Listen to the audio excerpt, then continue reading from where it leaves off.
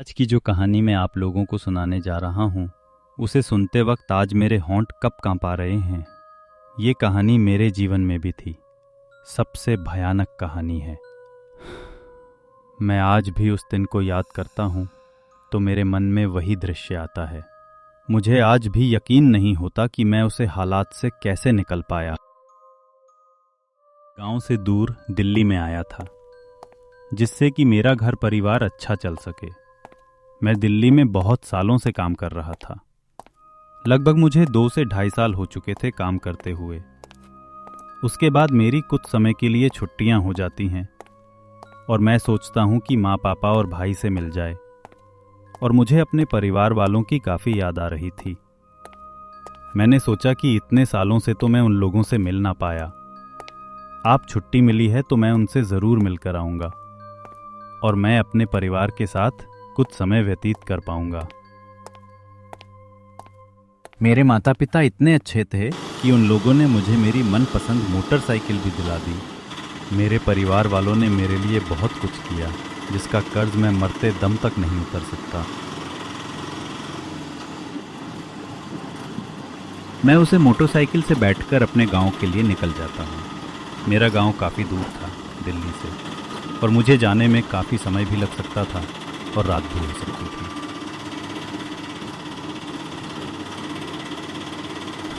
कुछ समय बाद मैं गांव के रास्ते की तरफ निकल जाता हूँ, और वही रास्ते जैसे पहले हुआ करते थे, जिसके अंदर गड्ढे, पानी भरा हुआ।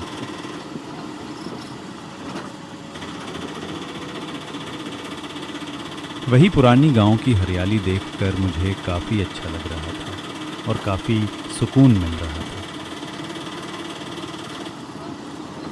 मैं और मेरा भाई बचपन में अपने गांव में खेला करते थे और काफ़ी अच्छा लगा करता था अपने भाई के साथ मुझे खेलते हुए, और मैं उसे काफ़ी परेशान करता था। कुछ समय बाद मैं अपने गांव पहुंच जाता हूं। अपने गांव को पहले जैसा ही देखकर मुझे काफ़ी खुशी हो रही थी, और मुझे इस बात की भी खुशी हो रही थी कि मैं अब अपने परिवार वालों से मिलने वाला हूं। रास्ते में जाते हुए मुझे एक छोटी सी चाय की दुकान मिलती है, जहां पर मैं बैठकर चाय पिया करता था, और मैं अपने दोस्तों के साथ उनकी दुकान के सामने खेला करता था। मैं उनके पास जाकर रुक जाता हूं।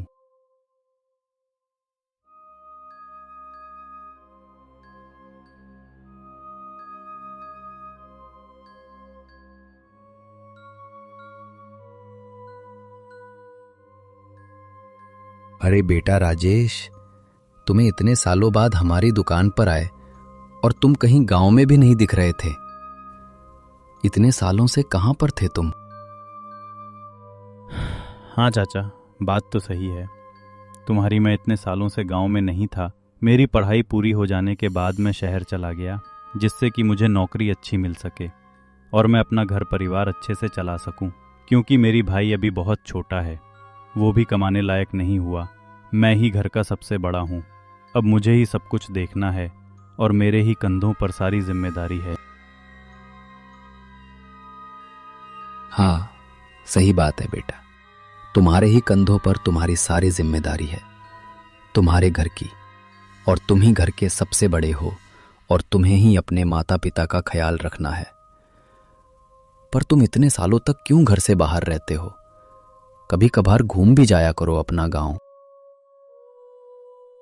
चाचा, बात तो सही है आपकी, पर काम के चक्कर में मैं इतना बिजी हो जाता हूँ, मुझे गांव आने का समय ही नहीं मिलता, और पूरे टाइम मैं वहां पर काम ही करता रहता हूँ। मुझे इस बार गर्मियों में थोड़ी छुट्टी मिल जाती है गांव जाने के लिए। इसी वजह से मैं गांव आ जाता हूँ, और गांव में घर जाते वक्त मुझे आपकी दुकान दिखती है। मुझे अपने पुराने समय की बातें याद आ जाती है कि मैं आपकी दुकान पर कैसे चाय पिया करता था, और मैं आपकी दुकान के सामने खेला करता था। मैं और मेरे दोस्तों के साथ कितने अच्छे पल थे वो। चलो, अच्छी बात है। तुम्हें इस बार गर्मियों में छुट्टी मिल जाती है और तुम अपने माता पिता से भी मिल लोगे, और तुम उनके साथ कुछ समय बता पाओगे। वैसे भी तुम वो बहुत सालों बाद आए हो गांव में, और पूरा गांव घूम के जाना। आप सही कह रहे हैं। अब मुझे काफ़ी देर हो रही है। अब मैं जा रहा हूँ घर, पर मेरे मम्मी पापा इंतज़ार कर रहे हैं। तभी मैं अपने घर की तरफ निकल जाता हूँ।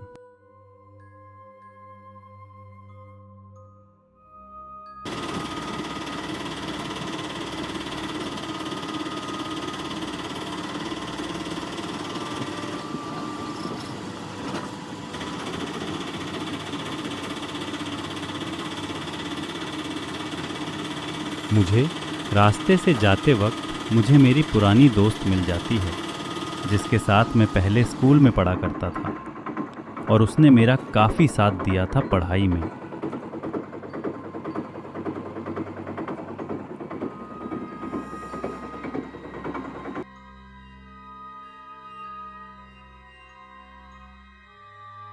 अरे रानी, तुम कहाँ घूम रही हो इस टाइम पर?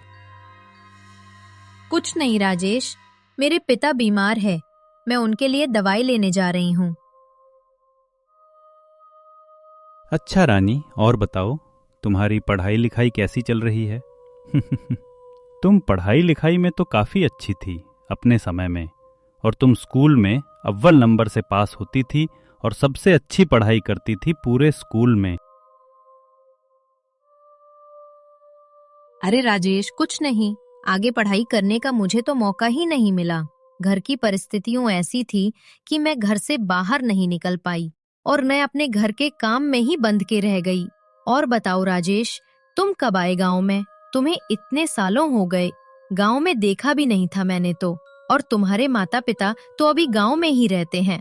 वो लोग कह रहे थे कि तुम शहर गए हो काम करने के लिए। हाँ रानी, तुम सही कह रही हो। मैं इतने सालों से बाहर ही था। काम के चक्कर में मैं तो इतना बिजी हो गया कि मुझे गांव आने का तो मौका ही नहीं मिल पाया। और वो शहर में तो इतना काम करवाते हैं, तुम्हें एक दिन की भी छुट्टी नहीं दे सकते।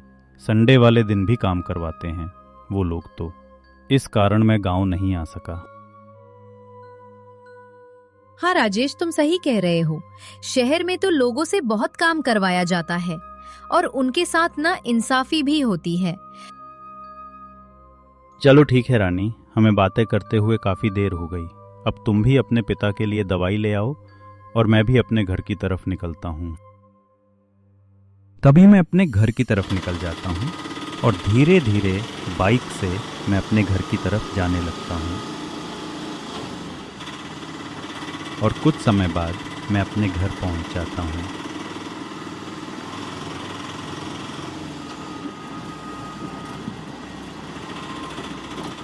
मैं अपने घर के अंदर जाता हूँ और मुझे घर के अंदर जाकर मुझे अपनी सारी बातें याद आ जाती हैं कि इधर से मेरी कितनी यादें जुड़ी हैं और मैं कितने सालों बाद इस घर से आया हूँ।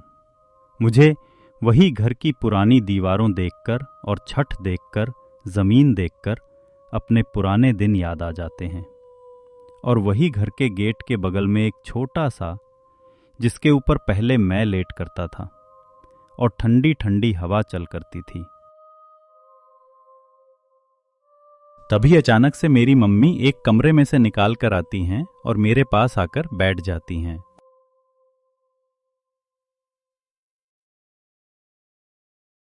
अरे बेटा राजेश, तू इतने सालों से कहाँ पर था और तुम इतने सालों से क्यों नहीं आया? जब मैंने सुना कि तो आने वाला है तो मैं इतनी खुश हो गई कि मुझे पूछ मत। मुझे काफी खुशी हो रही थी कि तू इतने सालों बाद अपने घर आ रहा है अपने परिवार वालों से मिलने। अरे माँ, मैं तो काम के चक्कर में इतना परेशान हो गया था कि मुझे घर आने का मौका ही नहीं मिल पाया। और शहर में वैसे भी ये कंपनी वाले इतना काम करवाते हैं कि पूछो मत।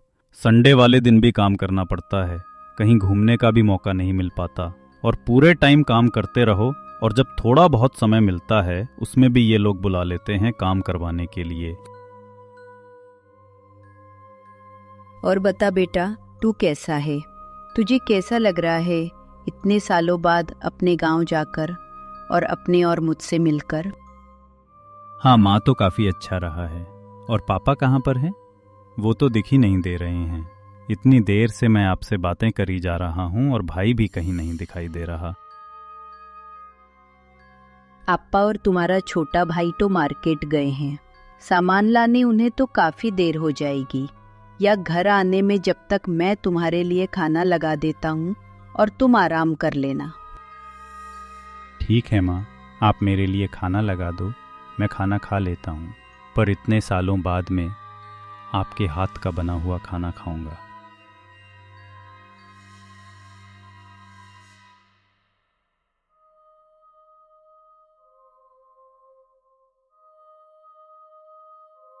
मैं खाना खाकर सोने चला जाता हूँ। मैं सफ़र में इतना थक गया था कि मुझे पता नहीं चलता कि शाम हो चुकी है। मैं खाना खाने के बाद सोकर जब उठता हूँ, मैं बिस्तर पर बैठ जाता हूँ और मेरी माँ भी मेरे साथ बगल में बैठी हुई होती है। माँ, तुम्हारे हाथ का खाना बहुत अच्छा लगा। इतने सालों बाद खाकर ऐसा लग रहा था कि जैसे अमृत खा रहा हूँ। हाँ बेटा, लग रहा होगा अमृत, क्योंकि मैं अपने बेटे के लिए जो मैंने खाना बनाया है। तभी अचानक से एक कमरे में से मेरा छोटा भाई निकाल कर आता है और मेरे पास आकर खड़ा हो जाता है। भैया, आप उठ गए जब मैं आया था। बाजार से तो आप सो रहे थे। मम्मी ने बोला भैया को परेशान मत करो, भैया काफी लंबा सफर तय करके आए हैं, इसी वजह से मैंने आपको नहीं जगाया। अब तो आप देख चुके हैं। हाँ, जितेश, में जाग चुका हूँ। मैं कुछ समय पहले ही आया था। मैं इतना थक गया था, मैंने सोचा कि आराम कर लूं, नहीं तो मेरे पूरे शरीर में दर्द होने लगेगा। इस वजह से मैंने खाना खाकर थोड़ी देर में सो लिया। अब तो अंधेरा भी होने को आया है। हाँ भैया, बात तो सही कह रहे हो आप। अंधेरा तो होने को आया है और हर तरफ अंधेरे से छा चुकी है। और बताओ जितेश, तुम्हारी पढ़ाई कैसी चल रही है? तुम्हारा कॉलेज का आखिरी साल था ना, वो तुम्हारा कैसा गया? हाँ भैया, मेरे कॉलेज का आखिरी साल तो था और ये आखिरी साल मेरे लिए काफी अच्छा गया। मैं नए दोस्त कमाई और अच्छी बातें सीखी, और मैंने सीखा कि अब मुझे अपने जीवन में आगे जाकर क्या करना है। और मैं बहुत पढ़ाई करी और मैं कॉलेज में अव्वल नंबर से पास हुआ हूँ और मैंने काफी अच्छी डिग्री ली है। और मुझे इस महीने ये सारी चीज करके अपने माता पिता का नाम रोशन कर है, और आपका भी। हाँ जितेश, अच्छी बात है। तुमने अपना नाम रोशन कर और साथ ही साथ में हमारा नाम भी रोशन कर रहे हो। तभी अचानक से मेरा मन गांव घूमने का करने लगता है और मैं गांव घूमने के लिए निकल जाता हूं जितेश के साथ। जितेश, चले क्या हम दोनों गांव घूमने, जैसे हम लोग बचपन में घूमा करते थे, पूरा गांव। अभी वैसे रात तो नहीं हुई है, अभी तो काफी समय है। रात होने में थोड़ी देर गांव घूम कर आते हैं। कितने साल हो गए गांव घूम भी नहीं हो अच्छे से। अब तो रोड भी थोड़ी बात भूल चुका हूं। ठीक है भैया, चलते हैं। हम दोनों गांव घूमने के लिए निकल जाते हैं। गांव को देखकर ऐसा लग रहा था कि पूछो मत, हर तरफ हरियाली और शांति। हर कोई इंसान अपने काम में लगा हुआ था और किसी को किसी से कोई मतलब नहीं था, और हर कोई दूसरों की मदद करता। और एक बच्चे सामने खेल रहे थे और इधर उधर जा रहे थे।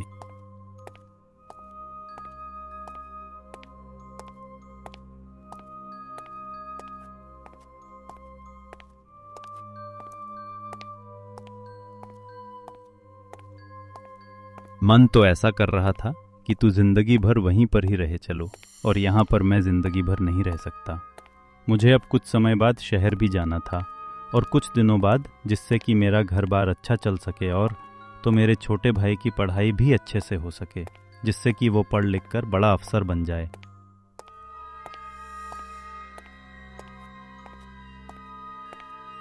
गांव घूमते घूमते हमें काफी रात हो जाती है और हम अपने घर के लिए वापस निकल जाते हैं।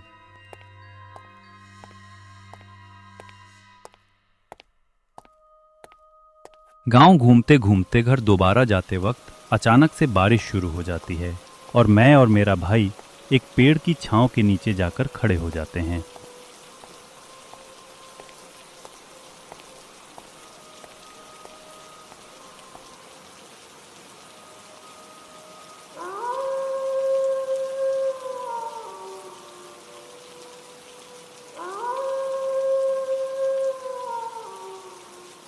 और बारिश समय के साथ इतनी तेज़ हो जाती है कि पूछो मत। और हर तरफ पानी ही पानी हो रहा था और बिजली कड़क रही थी और जंगली जानवरों की आवाज़ आ रही थी। जंगलों में से और खेतों में से मुझे तो काफ़ी डर लग रहा था। ऐसा लग रहा था कि कोई मेरे आगे पीछे से आगे मेरे ऊपर कोई झपट्टा मार देगा।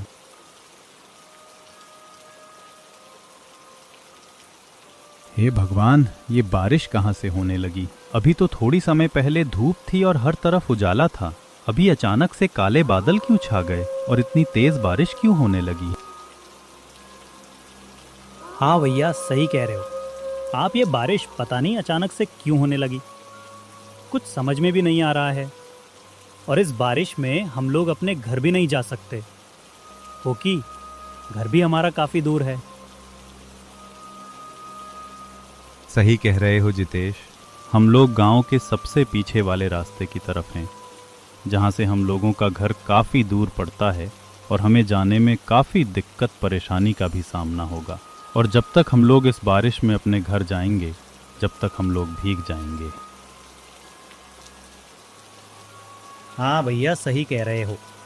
मेरी मानो तो यहीं पर खड़े रहते हैं, पर लोग कहते हैं कि इस रास्ते पर छलावा होता है और कोई भूत यहाँ पर घूमता है। मैं आज तक कभी ऐसा देखा तो नहीं है, पर लोग कहते हैं। अरे तुम तो सही कह रहे हो। ऐसा तो यहाँ पर खड़े हो ना, ज़्यादा देर तक ठीक नहीं है जब यहाँ पर छलावा होता है। इस रास्ते पर कोई भी आकर हमारे पीछे पड़ सकता है और कुछ भी हो सकता है हम लोगों के साथ। मुझे और मेरे भाई को बात करते हुए काफ़ी देर हो जाती है और तभी अचानक से एक अजीब सा आदमी हम लोगों के करीब आकर खड़ा हो जाता है।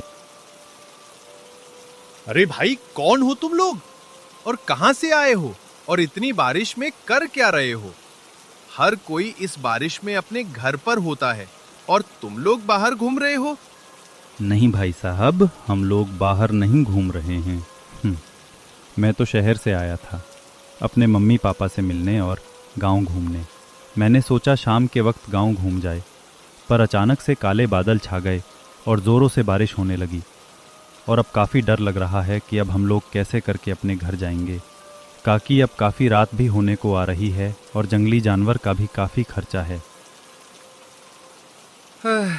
सही कह रहे हो आप भाई साहब। यहाँ पर तो जंगली जानवरों का काफी डर रहता है और हर जगह जंगली जानवर घूमा करते हैं और कभी कभार तो रात में किसी इंसान को मार भी देते हैं और उसे खा लेते हैं, अगर वो इंसान अकेला होता है तो।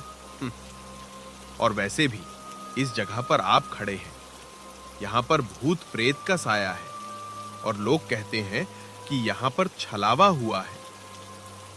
छलावा हुआ होगा तो हुआ होगा, पर हम लोग इन चीज़ों से नहीं डरते इतनी जल्दी। हमारी मम्मी ने सिखाया है कि भूत प्रेत नाम की कोई चीज़ नहीं होती, ये बस हमारे मन का भ्रम होता है और जो कि ये गांव के लोग पैदा करते हैं। और रही छलावा की बात, होगा वो छलावा देख लेंगे, अगर सामने आएगा तो। अच्छा भाई, चलो मेरी बात मानो तो आप मेरे घर चलो, क्योंकि ये बारिश तो रुकने से रही।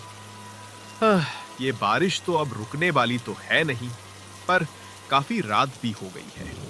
आप मेरे घर रुक जाना और अगली सुबह को चले जाना। हाँ भैया, भैया सही कह रहे हैं। हम लोग उनके घर रुक जाते हैं और कल सुबह होते ही हम लोग यहाँ से चले जाएंगे। देखो ना भैया, वैसे भी कितनी बारिश हो रही है और बदले में काली जतासी छाई हुई है। नहीं जितेश, हम लोग किसी के घर भी ऐसे करके नहीं रख सकते। हमें मम्मी पापा ने बचपन में सिखाया है कि हम लोगों को किसी गैर इंसान के घर पर जाना भी नहीं चाहिए और उससे कभी बात भी नहीं करनी चाहिए। इसे तो हमने बात भी कर ली, पर हम उनके घर नहीं जा सकते। हम जिस कठिनाई में हैं, हम इस कठिनाई में ठीक हैं। ये बात सुनते ही वही इंसान एक बहुत भयानक भूत बन जाता है और हमसे कहता है कि क्या तुम लोगों की हिम्मत कैसे करके हुई मुझे ऐसा करके बोलने की? तुम मेरे साथ नहीं चलोगे? ठीक है, मत जाओ मेरे साथ। अब मैं तुम्हें यहां पर नहीं, तुम्हें जिंदा ही मार दूंगा और तुम यहां से कभी बचकर नहीं जा पाओगे। मैंने कितने हजार लोगों को मारा है इस गांव में और किसी को कुछ पता नहीं है। तुम मर जाओगे तो तुम्हारा किसको क्या पता चलेगा। मैं तुम्हें अभी ही मार दूंगा। यही बात सुनते कि हम लोग वहां से भागने लगते हैं और भागते भागते काफी दूर चले जाते हैं और कुछ समय बाद हम लोग अपने घर पहुंच जाते हैं।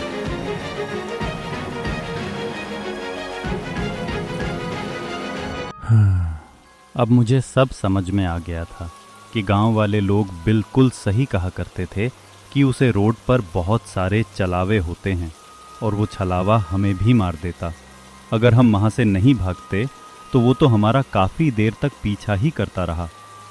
पर हम लोगों ने अपना कदम एक बार के लिए भी नहीं रुका। हम दोनों भाई लगातार भागते गए जब तक हम लोगों का घर नहीं आया। हम लोग नहीं रुके जब हम लोगों का घर आ गया। हम लोगों ने बैठकर सारी बात अपनी मम्मी को बताई।